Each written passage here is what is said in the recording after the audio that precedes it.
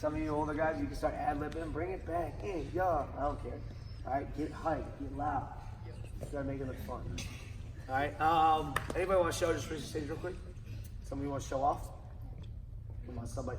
We'll play popcorn. Anybody know what popcorn is? Something you eat. No, it's not. It's different. It is something you eat, but what popcorn is when I was in high school at least, we used to play this game where we would read in class, and I would be reading a paragraph, right? And then we would have to popcorn when I get to the end of the paragraph. If I'm reading out loud to the class, I popcorn pick the next person to read. We would always popcorn the dumbest kid in class because it was funny to hear him read, right?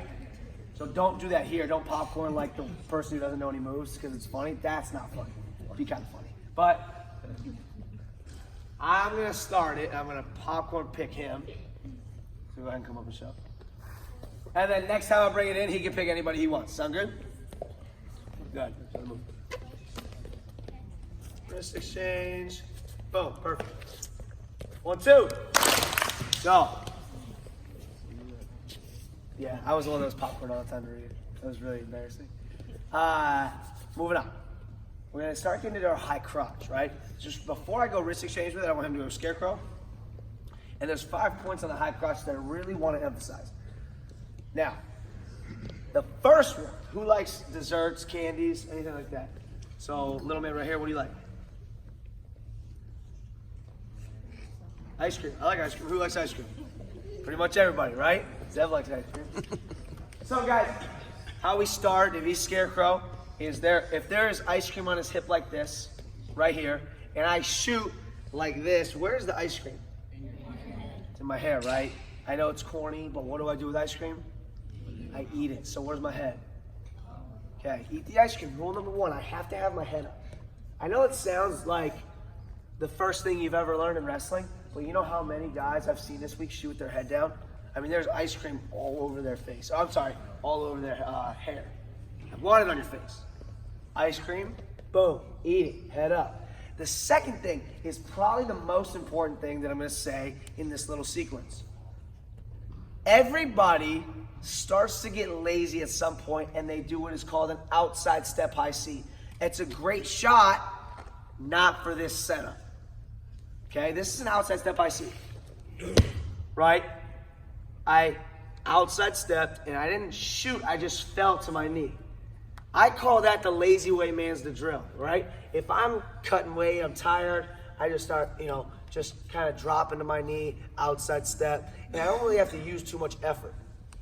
Guys, my chest has to hit this thigh before this knee is allowed to touch the ground. So, eat the ice cream. Watch how my chest hits his thigh before that knee touches. You see the difference? Big difference, right? Because what do I expect him to do? All right, come on, let's get a little weight, guys. What do I expect him to do? I expect him to sprawl. I expect him to wrestle. I expect him to fight me back. So when I outside step and he just goes ahead and pulls his leg back, I go ahead and pull back. I can't correct my position. However, if my chest hits the knee first and then I get here, see, I can still win that. Very important.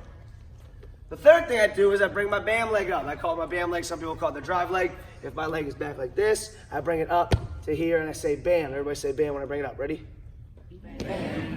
What? That was weak. Ready? Bam. One more. Give me. Let Vincenzo hear it. Bam. Oh. That was good. All right, so I have my bam leg up, my makeup position. My version of head up, back straight, hips in, guys, is just get to my stance. Right? I get to here, I get to my stance. I have my head up, my back straight, my hips straight. Now, the most important part, second most important part.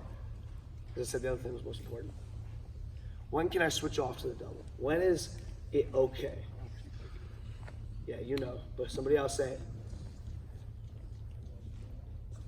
If I switch off with 2 legs on the ground, his 2 legs, even if I'm here, 2 legs on the ground, go ahead and sprawl. Oh, crap, that sucks. So I don't switch off until I'm a little teapot, okay? I don't switch off till he teapots.